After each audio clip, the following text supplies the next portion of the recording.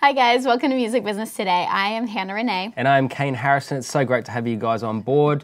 We're going to talk about some crowdfunding that is hot at the moment in the music industry and also radio. It still is a revenue stream, so we're going to dig into that.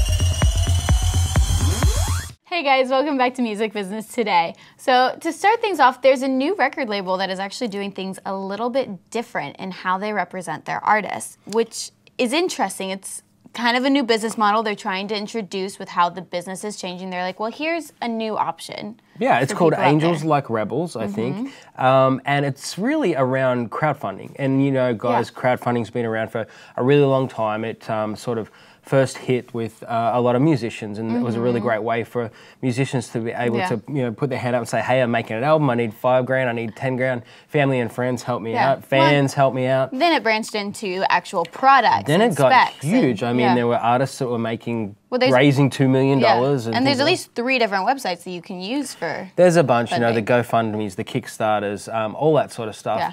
But we're now moving kind of into this new area, and I know that the SEC, I'm going to get a bit dorky on you here, but the SEC made some rules, some changes to the rules now, where you can actually have crowdfunding, but then people will actually get equity in your company. Now, this isn't what this site is about just yet. This site is still about having a bunch of artists and then raising some funds from their fans. But Hannah, go into it a little bit. It's kind of interesting. So they have selected a handful of artists out of over 600 applicants. You had to audition. You had to audition for them in one of their audition cities. And they also took recommendations from local recording studios, local voice teachers, to make sure that they kind of got the cream of the crop for this new record label. What they're doing is artists have to raise $200,000 within the 17 days of the crowd fund. I mean, I'm smiling because it's a big ask. That's a lot of money to raise in 17 days. But if they're able to raise that amount of money, they get a 3-year deal with the record label. But then on top of that, this record label, another way they're switching things up is the artist retains full artistic creativity, like at their music. They are in charge of all of that. The record label is not going to come in and say, no, do this. Now, to me, I think that there's 2 flaws to this. Here I go. Okay, the first one being is, I mean, well, there's a lot. They're not going to raise $200,000 in this short period of time. I think it's great to think that that's going to happen, but as we've seen, there's artists who are up to, $17,000, $18,000, but they've had 500 people contribute to their cause. And this is kind of where crowdfunding is at, and for mine, it should stay there. This is where people like Hannah and I can go and put down $50 if we want to, because we really like the artists and really support them. And we want to get maybe $1,000 extra things that they're giving away. Yeah, album downloads and tickets. And I think it's true. The next thing is that they're going to raise $200,000. So the artists get to have, I think, net 70% of it. Yeah, they retain that. That's right. They get a 3-year deal with this record label.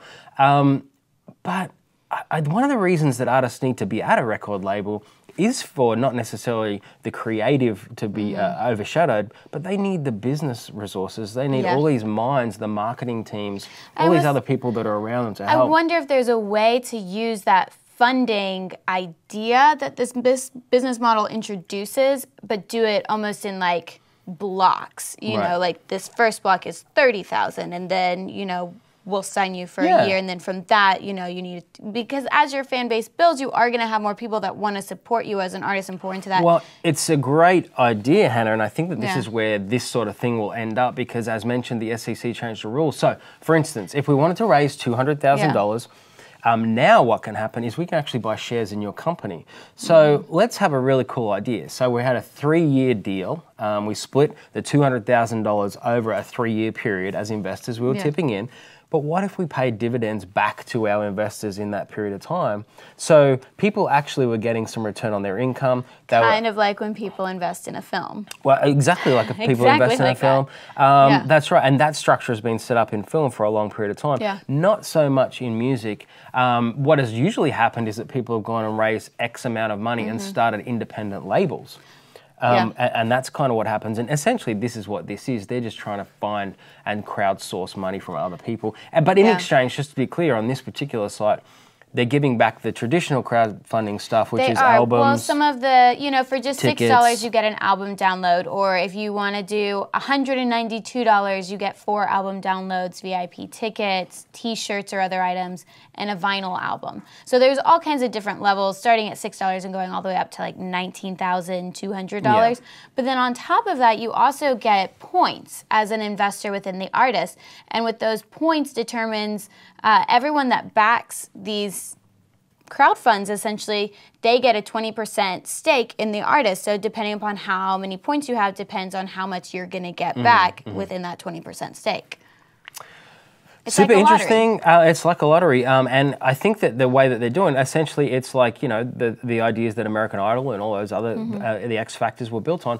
The people who raise the money are probably going to be the people who have a lot of supporters to begin with. Yeah. Or a really rich uncle. Well, a really rich uncle as well. But... so then they get a game of, okay, it's like we talk about the old days. A record executive, A&R, would walk into a club and see it packed out and see a line down the street. It's a popularity contest. It's a popularity contest, and that's exactly what this is going to be.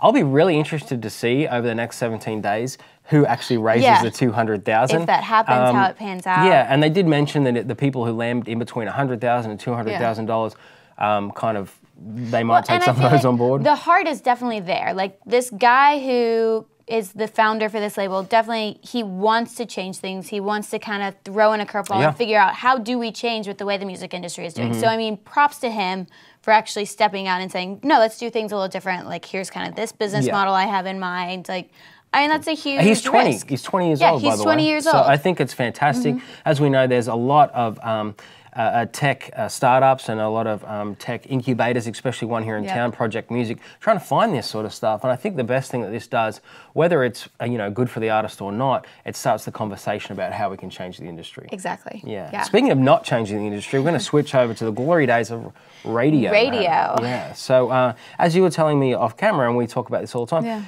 that it's still a really important revenue stream, and it's still a really great platform for us artists to launch It's an themselves. interesting revenue stream because, for the most part, artists that are already signed to large record labels, they're not going to see most of the revenue stream past their first advance from radio play. Right. Even though there is still a radio words have just left me. You do still get money from being on radio. Yeah. It falls into the 6 different legal copyrights that you have over live performances, which that is considered, a performance other people can't do without your permission. Yeah. So. Well, the big thing I think here, when you talk about royalties coming from radio play, you have to talk about songwriters and the amount of ways this gets split up. I mean, it gets split up in so many different ways because of now, especially here in town in Nashville. I mean, like, for instance, Florida Georgia Line's big song had 7 writers on it. Now, all those 7 writers then have a share with publishers, by the way. So it's not like it just gets trickled down and cut that way. Yeah. They then have to cut it with their publishers. A lot of people there may have been 4 publishers involved in that as well. And remember, the revenue streams are getting smaller and smaller and smaller. So we're trying to cut this really tiny piece of pie to begin with. Being an independent artist that maybe writes and performs your own music, if you're able to get your music on radio and actually, prove your worth essentially to them and get it in better and better slots, there is still money to be made in radio, even though, I don't know, 5 years from now, we'll see if it still exists, you know? Well, I mean, I hope they'll always have to pay for these performances, and I'm sure that they will. Well, yeah. But I think what's happening is that big old pie is now just being sliced in a bunch of different places, so you still have to explore all these options, especially as an independent. Yeah. And, it's vitally important to the big labels, the radio, and the relationships they have. Now, we kind of cross over here, but that's what it all comes down to. Who's got the cash to pay for the radio time? Who's got the cash to pay for the radio relationships? Technically, legally speaking, you're not supposed to exchange cash in exchange for radio play unless it is of course you're not. I mean, who on earth would do something like that? You have to directly state it. But there are middlemen that they, large record labels will use. And that's why you exchange cocaine and whiskey and girls' nights out. I'm always okay for whiskey. Well, me too, but not for exchange. But hey, I can tell you how important it was. So Scott Bruschetta was actually a radio plugger, back in the glory days. One of the reasons, I mean, he's an incredible businessman, but one of the reasons he was able to launch Big Machine the way that he did was because he knew the way that that model worked. He knew how to not only find the artists, but he knew how to get that music on the radio and then to the masses. Now, a lot of people discount radio, but it is still listened to so broadly. I mean, if I remember to turn it on, I listen to it. That's exactly right. Or but someone's listening to iHeartRadio or InTune on the apps. So people are still finding music. It's actually one of the only platforms for music discovery that we have right now. That's true. And so I think it's a really important part as a consumer because you know, you don't know, you can listen to your favorite artist, but you don't know who's coming up next, and then that person might become and part of it can be finding the smaller local indie kind of radio stations that don't play all the mass. Lightning 100 here in town. Yeah, like Lightning 100 here in town. Many people a start. Yeah, and getting your music on there, and then if you essentially become a big fish in a little pond with that, then other radio stations will be more apt to pick up your music because they see that you've already developed this fan base, like maybe they can succeed with you as well. Well, I think the other cool thing, especially with, you know, if you're an independent and you're coming up through the ranks, to have these relationships with people like the Lightning 100s here in town, who then put on shows. I mean, they have Live on the Green, which go Live on the Green, right? Yeah. Yeah. So they have it's like a fall series, late summer series, which is right in the heart of Nashville. It's one of the greatest shows you'll go and see. It's completely free to the public. I remember when that show started. You know, toddlers there to the oldies there, and so if you can make an impression with these people, then you get opportunities like that where all of a sudden you're playing in front of a lot more people that you wouldn't have. You're making new relationships. So radio is still really important, and we shouldn't just think of it as it's not dead, not yet. Yeah, radio is not dead. Yeah, exactly. So. But we've so enjoyed having you guys on Music Business today. Thank you so much. We're having people walk around behind the cameras as we speak, so we've lost concentration there for a minute, Hannah. But as we said, this will be up on Monday, Wednesdays and Fridays, and you can, of course, jump onto Facebook and Twitter. And we said we're going to get a Periscope account for this episode. We're definitely going to get one. Hannah's in charge of that.